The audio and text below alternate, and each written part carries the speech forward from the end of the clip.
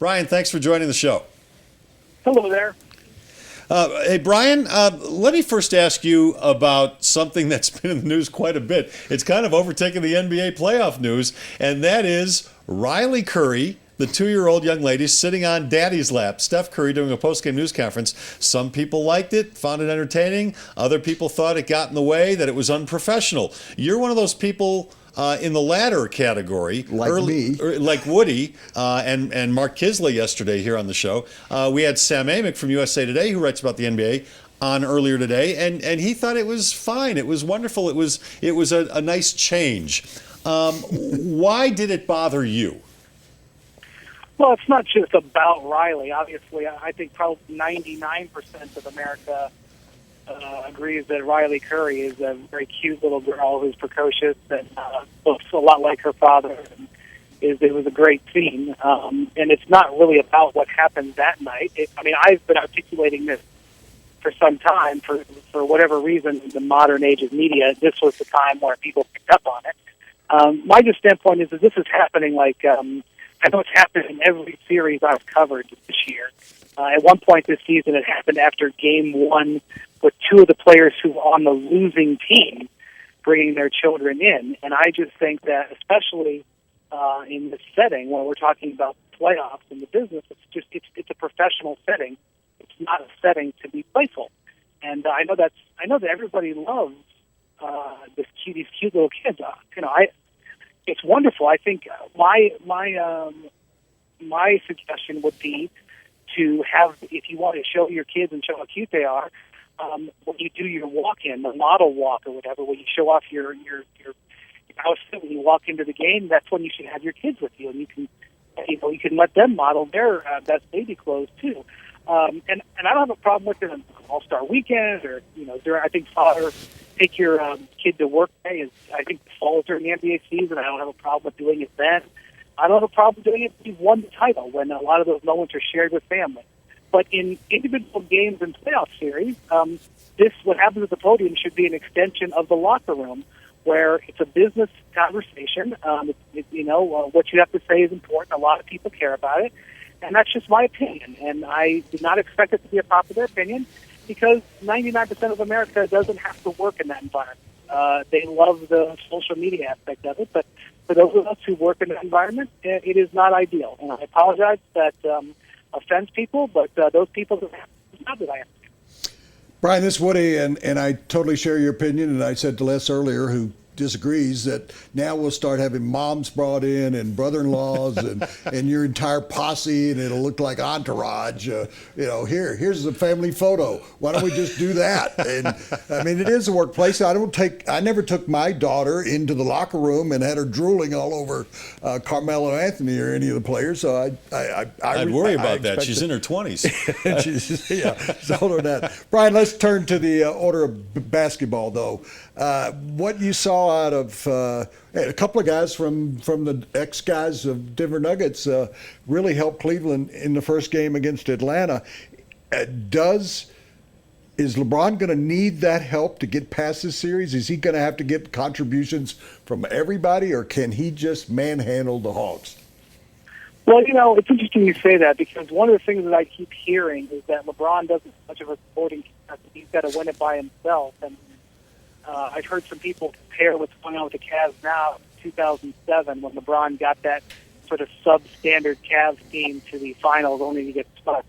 And I just don't think that's true. I think LeBron's supporting cast has been incredible in this postseason, far exceeding expectations. There was nobody on that LeBron team back in 2007 that would be able to come off the bench and score 28 points like J.R. Smith did last night.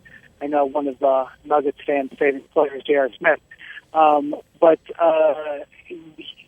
Matthew Dellavedova has had great games. James Jones has had a great game or two. And when you look at this, the Cavs are up 1-0 in the conference finals, and they have no Kevin Love, and they have Kyrie Irving hobbling around for the second straight game. He was unable to finish a game because of issues with his knee. And you have LeBron, who did have a really good game last night. He's shooting a career, one of the worst playoff series, or one of the worst shooting percentages he's ever had in his career in the playoffs thus far. And yet here they are And they're here because they, partially because the East isn't that good, yes, but also partially because they're getting really good production from all these other guys down the bench. So, but LeBron's got to carry him, and he carried him last night. He was leading scorer, and I think he led him in assists too. But there's other guys helping him out. This segment of the show brought to you by Blake Street Tavern, 18,000 square feet, more than 50 HD TVs, so you can watch the Cavs and the Atlanta Hawks the next time they're on at Blake Street Tavern. They'll probably have it on 20 or 30 of those televisions. And Brian, as long as you've been so close to LeBron James throughout his career, you've covered him from the very start. I'm wondering, I'm a huge LeBron James fan. Obviously, we're watching an historically great athlete here. I grew up also covering Michael Jordan, and I never heard the detractors yelling as loud about Michael as I do about LeBron. Why are there still so many detractors and so many loud detractors when it comes to LeBron? Because the media is larger, and there's the advent of social media, which turns, on a small scale, turns just about anybody into somebody who can be a pundit. And I say this as a pundit. And I think we are in an era in society, especially when it comes to sports, where it's criticism. It's an era of criticism. There's a lot more ways to do it. I mean, I think one of the most incredible stats, and LeBron is right there with Jordan on this one. I think it's an incredible stat. Last night was the 21st consecutive series LeBron has been in where he's won a road game. And Jordan has the all-time record of 24. That, to me, shows a guy who can handle pressure, can deliver in the clutch, because to win a playoff game on the road that takes the highest level of execution. And I just think that part of it is the nature of the world we live in. And by the way, that nature has enriched LeBron to a massive extent. If he didn't have such mass appeal, he would not have as much money as he does. Part of the reason, part of the things that comes with it. LeBron has made more money playing basketball and endorsements than any player other than Jordan. And when they're both at the end of their lives, I think there's a good chance LeBron will surpass them. So that comes with it. I did see a poll that was just done this week where it said 65% of NBA fans have a favorable opinion of LeBron. I would be thrilled if 65% of the people I encounter have a favorable opinion of me. So I think he's doing just fine. Brian, let's finish up by coming back to Denver, and that's where we're located. We talk nationally all the time, but who, in your opinion, since Scotty Brooks has removed his name, and there's probably a good chance that they call me Mr. Tibbs is going to end up in New Orleans, I think, that you would look at, you spend so much time with the NBA, for the Nuggets to hire as a coach, and your quick impressions of what you thought, how the draft went down, and where, who are the Wolves going to pick? Because there's talk that Flip wants Okafor. He likes him more than he does Towns. So those two questions, if good. Well, I have to yield on the draft, Woody, because I'm not a draft guy. And this is draft season right now. Everybody's doing all their work, and I'm covering the playoffs. So I don't have a feel. But when it comes to the Nuggets coach, here's the problem the Nuggets have got to face. They have now branded themselves as the organization that is not going to pay for players and is not going to pay for management and coaching.